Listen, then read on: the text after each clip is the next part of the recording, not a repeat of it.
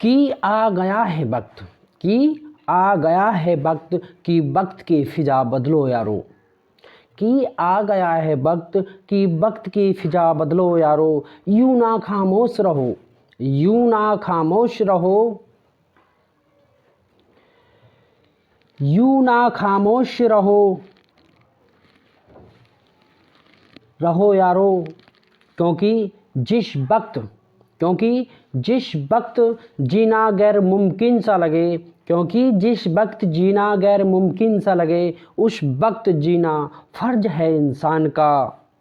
और है ज़रूरी लहरों की सुखेलावत, और है ज़रूरी लहरों की सुखेलावत, हो समुद्र पर नशा तूफ़ान का। दोस्तों, मन तो सभी के पास होता है, दोस्तों मन तो सभी के पास होता है, लेकिन मनोबल सिर्फ़ और सिर्फ संविधान से मिलता है। और एक मन में धारणा होनी चाहिए कि जीत मेरी होगी, ये निश्चित परिणाम है। और मन में धारणा होनी चाहिए कि जीत मेरी होगी, ये निश्चित परिणाम है। मुझे कौन हरा पाएगा, क्योंकि मेरे साथ और मेरा भारत का संविधान है। दोस्तों,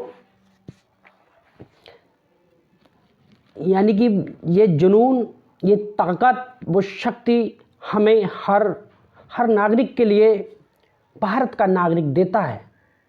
लेकिन हमारे जो आम पब्लिक है हमारे देश में, उनका जो मूल अधिकार हैं वो भी दबाए जा रहे हैं। क्योंकि कोई भी इंसान किसी से कुछ पूछ लेता है या फिर अपने हक की बात करता है तो उसे फांस दिया जाता है, उसको दबा दिया जाता है। लेकिन भारत का संविधान हर नागरिक के लिए अपने धर्म की आज़ादी देता है, अपने पहनने, ओढ़ने, बोलने, चालने की आज़ादी देता है। लेकिन कुछ तथाकथित नेता हैं जो हमेशा आम पब्लिक के, आम युवाओं का हक हमेशा दबाया जाता है। वैसे तो कुछ नेता हमेशा बोलते रहते हैं कि हम गरीबों के हितैषी हैं, हम युवाओं का हितैषी हैं। ऐसे कौन से आर्टिकल में लिखा है कि वैकेंसी खाली होने के बावजूद भी पद खाली छोड़ दिए जाते हैं, खाली रहते हैं। भारत में बढ़ती बेरोजगारी इस बात का परिणाम है कि जो युवा हैं उन्हें रोजगार नहीं मिलता, नहीं दिया जाता। तो क्या भारत के युवाओं में टैलेंट की कमी है? तो क्या भारत की जो यूथ है उसमें पढ़ने लिखने की कमी है? इसका अगर कमी है भी तो उसका जिम्मेदार कौन है? सरकारें क्यों हैं? क्योंकि सरकारें मांगती हैं कि हमें 90% रिजल्ट चाहिए या हमें 80% रिजल्ट चाहिए। और जो जांचने वाले होते हैं वो सिर्फ और सिर्फ राइटिंग पे ही जांच के और नंबर दे देते हैं। जो राइटिंग लिखे आया, चाहे कुछ भी लिखे आया, वो 70, 80, 90% बनाते हैं और जानकारी बिल्कुल खाक नहीं होती उन्हें। ये कड़वा सत्य है।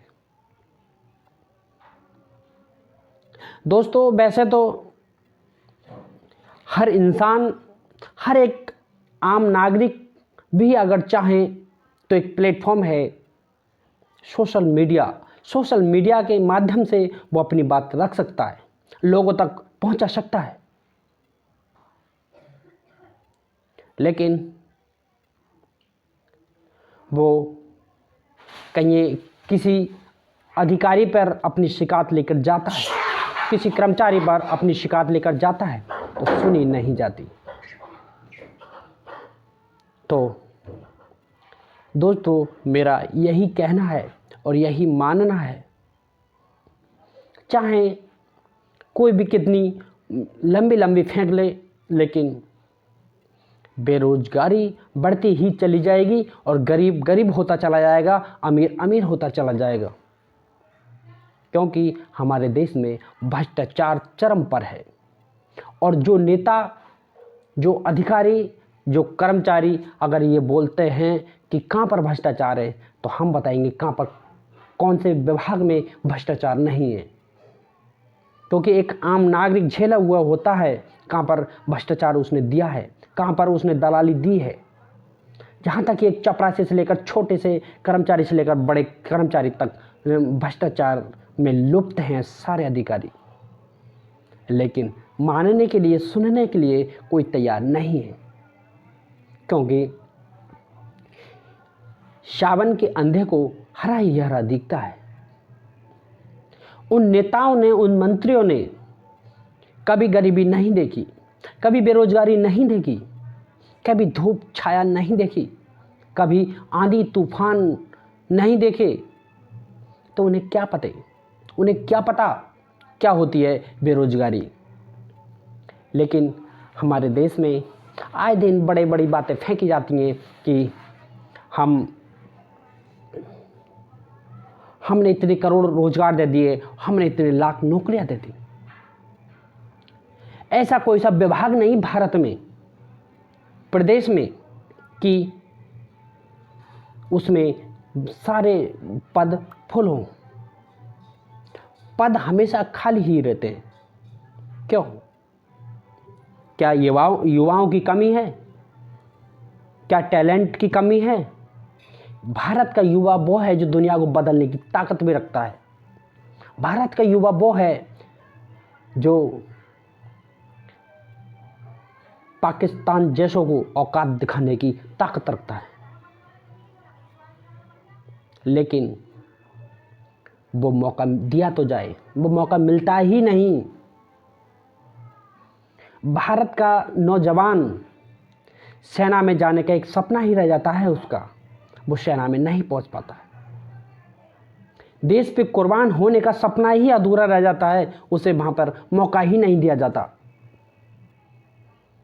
या कोई प्रशासनिक सेवा देने का उसका सिर्फ और सिर्फ सपना ही रह जाता है। मुझे तो लगता है किसी दिन भारत के आम नागरिक का पेट भरने का भी एक सपना ही रह जाएगा, उससे उसका पेट ही नहीं भरेगा सारी जिंदगी में। नमस्कार दोस्तों, मैं राजेश गौतम, और हमारी वीडियो सही लगी हो तो लाइक करें, और हमसे और हमारे यूट्यूब से जुड़ना चाहते हैं, हमारी विचारधारा से जुड़ना चाहते हैं, तो आर के गौतम वन को सब्सक्राइब करें। Thank you.